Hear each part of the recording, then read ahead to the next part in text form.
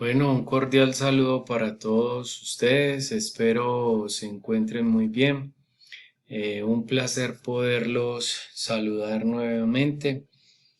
Les cuento que para esta semana, que específicamente es nuestra tercera semana de curso como tal, tengo, digamos, unas recomendaciones eh, como lo vieron ustedes al comienzo del mismo, unas recomendaciones básicas. Después les daré una realimentación mucho más profunda.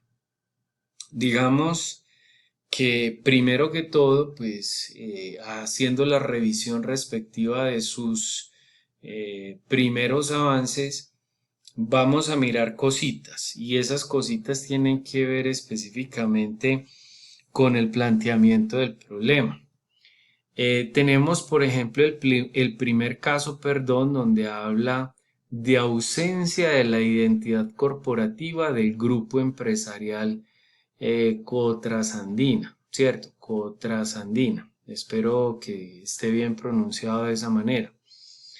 Les cuento que bajo este contexto, al hacer, no sé, una fusión, por lo que pude leer, frente a la temática expuesta y al mirar pues como las valoraciones de las ideas hablan de un tema de cultura organizacional. Listo, llegaron a esa posible solución y en ese sentido cuando hablamos de una ausencia de identidad corporativa del grupo empresarial, sería bueno que también en la problemática habláramos un poco de cuáles han sido las problemáticas o los inconvenientes que han tenido de alguna manera otros grupos empresariales al momento de fusionarse, ¿cierto?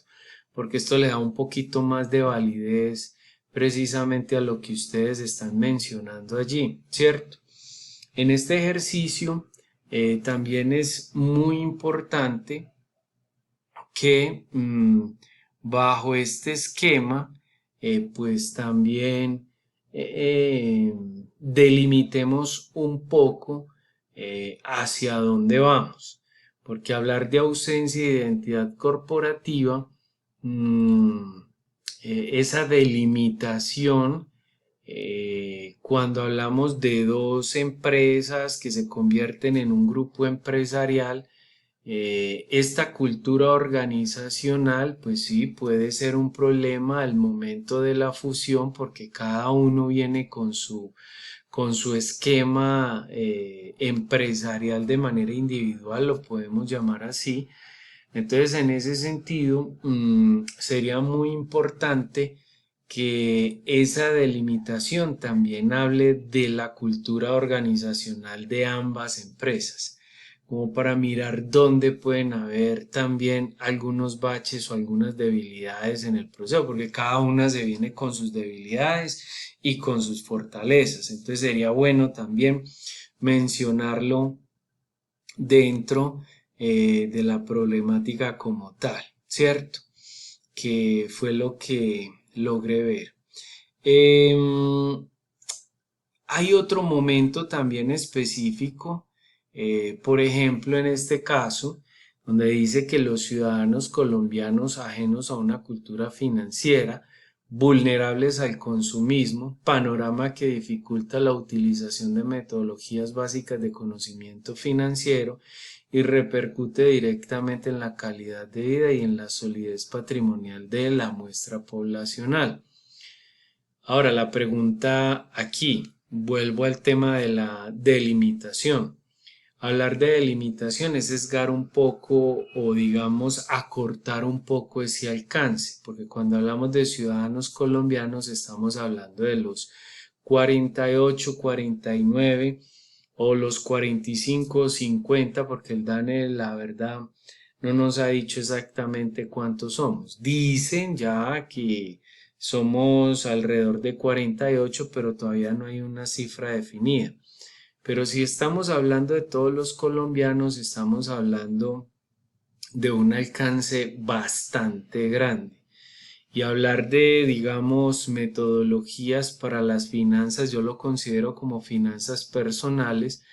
Entonces, ¿quiénes realmente? Los que están activamente en la economía produciendo, o aquellos que de alguna manera no están activos en la economía del país. O sea, ¿de quiénes son? Porque incluimos allí a bebés, incluimos a niños, adolescentes, entonces, ¿quiénes? Entonces es fundamental que esa delimitación o por lo menos esa segmentación de la población a la cual le vamos a solucionar una problemática esté bien definida. O que estoy haciendo básicamente como unas recomendaciones para que todos aprendamos, ¿cierto? Lo segundo, lo segundo no, yo diría inclusive acá tenemos también otro panorama donde nos habla de malos hábitos alimenticios en la población colombiana. Entonces volvemos a lo mismo. Estamos hablando de segmentar o acortar esa posibilidad o esa capacidad que el proyecto tiene para solucionar una problemática, porque es que, discúlpenme lo que les voy a decir, no somos dioses. Bueno, perdón, esa no es la palabra correcta, no somos Dios, ¿cierto? Porque sabemos que Dios es uno solo, respetando las creencias de cada uno de ustedes. Entonces, no somos capaces de atender una necesidad en función de hábitos alimenticios de toda una población y específicamente de un país. Entonces esa capacidad no la tenemos y el proyecto tampoco la va a tener. Entonces, como les digo, hay que segmentar la información. En este caso, cuando hablamos de malos hábitos alimenticios en la población colombiana, que niños entre 0 y 5 años o personas adultas en condiciones de vulnerabilidad, o estamos hablando específicamente de la población indígena, ¿quiénes? ¿A quiénes realmente le vamos a resolver específicamente la problemática? Y para eso está el análisis de los involucrados. Yo te les había dicho en los videos anteriores que por allí es por donde podemos empezar a segmentar muchísimo la información.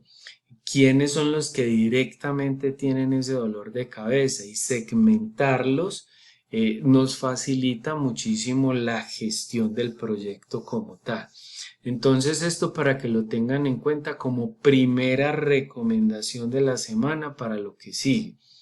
En los próximos días les estaré dando a estos 3 proyectos unas recomendaciones mucho más particularizadas, pero esto para que lo tengan en cuenta de entrada, para que vayan haciendo los ajustes del caso. Lo segundo que quiero comentarles es lo relacionado específicamente con lo que viene. ¿Y qué es lo que viene?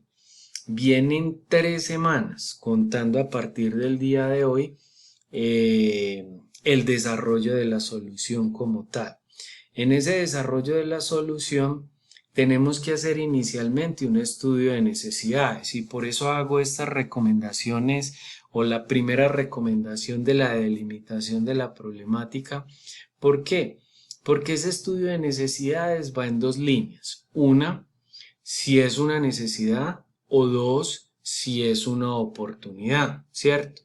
Cuando hablamos de una necesidad, estamos hablando, por ejemplo, en el caso de la identidad empresarial, al momento de fusionarse en 2 empresas y crear un grupo empresarial para llegar a una solución de una cultura organizacional.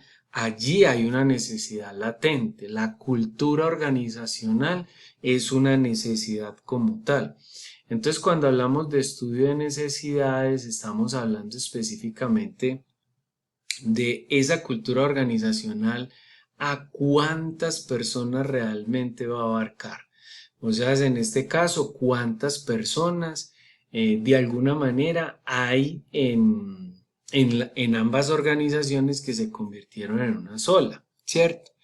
Entonces ahí estaríamos hablando del tamaño, del alcance real del proyecto.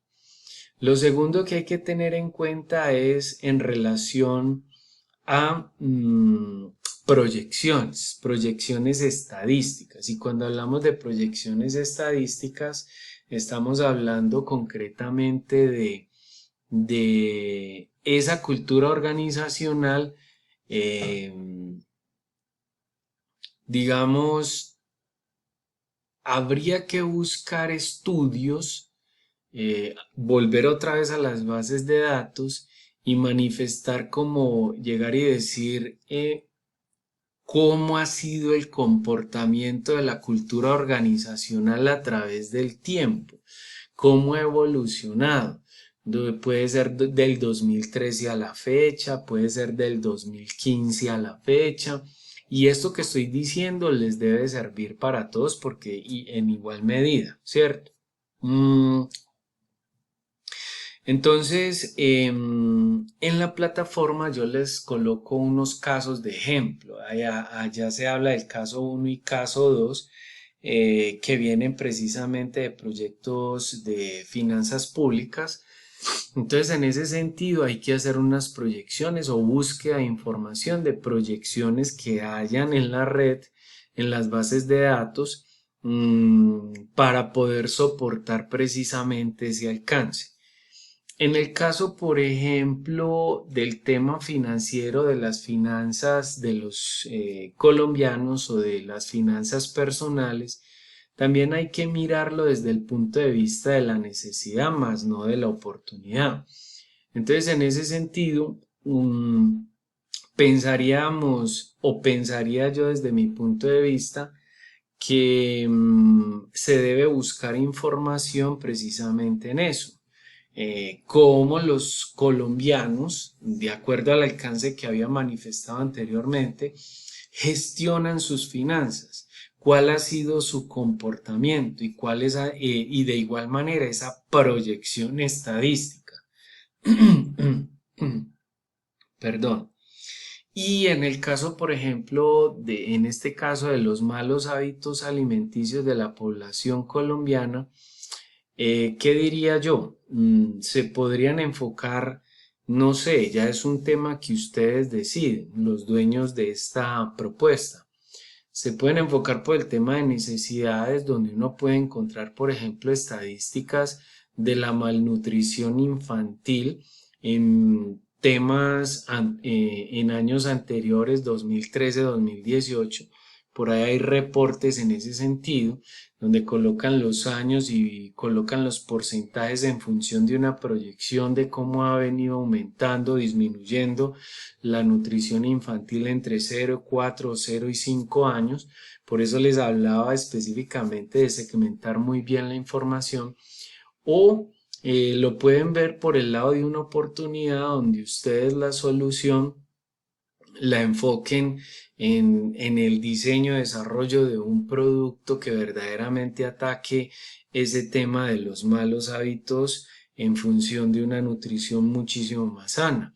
Entonces, en ese sentido, habría que buscar si el mercado viene creciendo, si el mercado viene decreciendo, ¿cierto? Todas las estadísticas o proyecciones relacionadas con ese tema. Entonces, en ese sentido, eso es lo primero que vamos a hacer, un estudio de necesidades.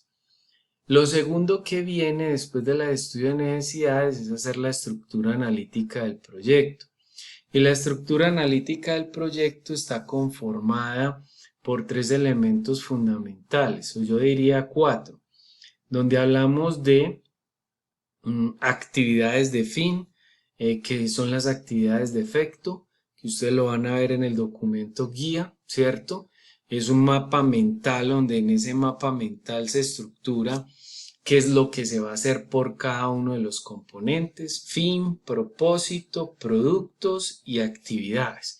Esos son los 4 elementos fundamentales. Entonces, necesito que se verifiquen los ejemplos que hay en el modelo, en el documento guía, donde se establece precisamente qué es lo que se va a hacer en actividades de fin, en actividades de propósito, que es el objetivo central, en actividades de producto y en actividades propiamente de las mismas causas